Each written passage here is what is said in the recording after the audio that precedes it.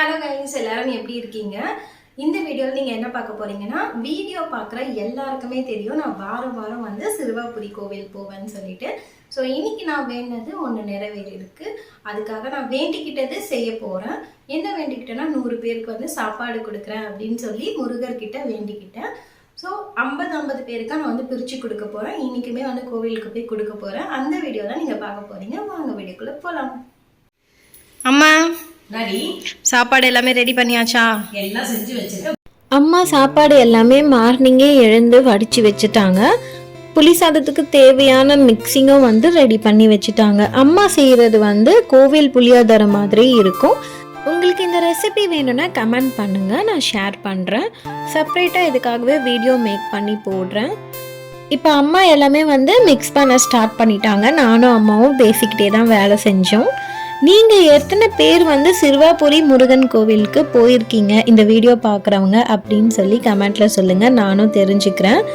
நிறைய பேருக்கு தெரியும் சிறுவாபுரி கோவில் வந்து வீடு வாங்கிறதுக்கு ரொம்பவே விசேஷம்.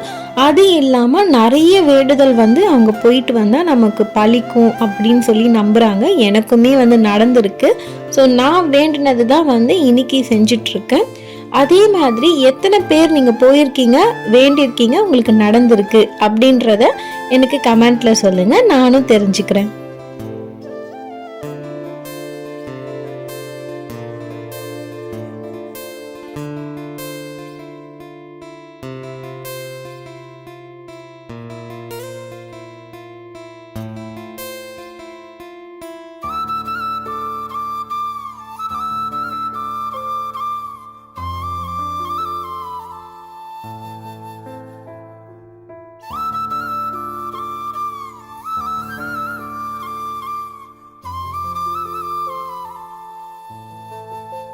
சாப்பாடு எல்லாமே ஃபுல்லாக மிக்ஸ் பண்ணி முடிச்சாச்சு. விநாயகர் சதுர்த்தி இப்போ தான் வந்து கும்பிட்ருக்கோம். வீட்டில் வந்து விநாயகர் இருக்கார். ஸோ அவருக்கு வந்து ஃபஸ்ட்டு அவங்க முருகரோட அண்ணனில் அவருக்கு ஃபஸ்ட்டு பிரசாதம் வைக்கலான்ட்டு கிளம்பிட்டேன். பிரசாதம் வச்சுட்டு அதுக்கப்புறமா பேக்கிங் பண்ணலான் தான் போயிட்டுருக்கேன். இதெல்லாம் எத்தனை பேர் இது பண்ணுவீங்கன்னு தெரியாது. நம்ம எந்த ஒரு விஷயம் பண்ணினாலும் ஃபஸ்ட்டு வந்து பிள்ளையார் சொல்லி போட்டு தொடங்குவாங்க. அதே மாதிரி தான் எந்த ஒரு நல்ல விஷயம் பண்ணாலும் விநாயகரை ஃபஸ்ட்டு நம்ம சாமி கும்பிட்டுட்டு ஸ்டார்ட் பண்ணால் அந்த விஷயம் வந்து நல்லபடியாக முடியுன்றது நம்மளோட நம்பிக்கை. ஸோ அதே மாதிரி ஸ்டார்ட் பண்ணியாச்சு. இப்போ நானும் அம்மாவும் பேக்கிங் தான் பண்ணிகிட்ருக்கோம். எங்கள் அம்மா கிட்ட வந்து ஒரே டவுட் ஆகிடுச்சு, கேட்டுட்டு இருந்தேன் எந்த பக்கம் வைக்கணும் அப்படின்னு சொல்லிட்டு. அவங்க பார்க்கவே இல்லை. நான் தப்பாக தான் வந்து ஃபஸ்ட்டு பேக்கிங் பண்ணிட்டேன்.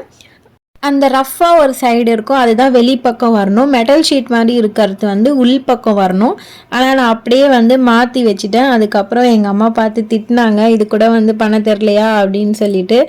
ஒரே காமெடியாக போயிடுச்சு. அப்படியே அம்மாக்கிட்ட பேசிக்கிட்டே வந்து எல்லாத்தையும் வந்து பேக் பண்ணி முடிச்சிட்டோம். பேக் பண்ணதுக்கப்புறம் தான் வந்து ஒரு ட்விஸ்ட் ஆகிடுச்சு. நம்ம 50 பேருக்கு சொல்லியிருந்தோம்ல, ஆனால் அளவு என்னவோ 32 தான் வந்து வந்திருந்தது.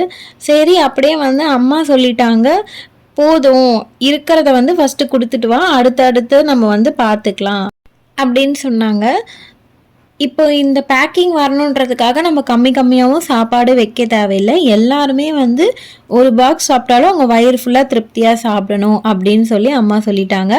ஃபைனலாக வந்த வரைக்கும் 32 பாக்ஸையும் வந்து பேக் பண்ணிவிட்டு நான் ஒரு பேக்கில் வச்சுட்டு கோயிலுக்கு கிளம்பிட்டோம். ஸோ கைஸ், சிறுவாபுரி வந்து வந்தாச்சு.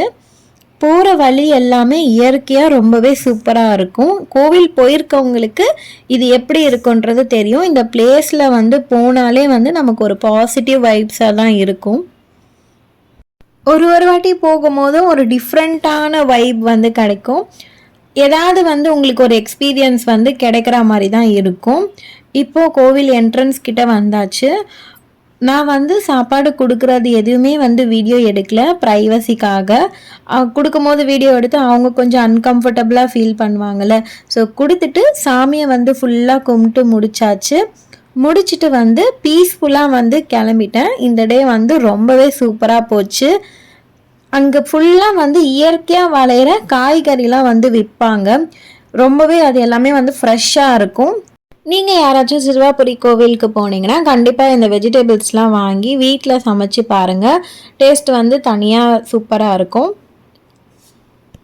ஸோ அவ்வளோதான் கைஸ், இதோட இந்த வீடியோ முடியுது. நான் நெக்ஸ்ட் வீக் கோயிலுக்கு போனால் கண்டிப்பாக வந்து அப்டேட் பண்ணுறேன். வீடியோ பிடிச்சினா லைக் பண்ணிக்கோங்க, சப்ஸ்கிரைப் பண்ணிக்கோங்க.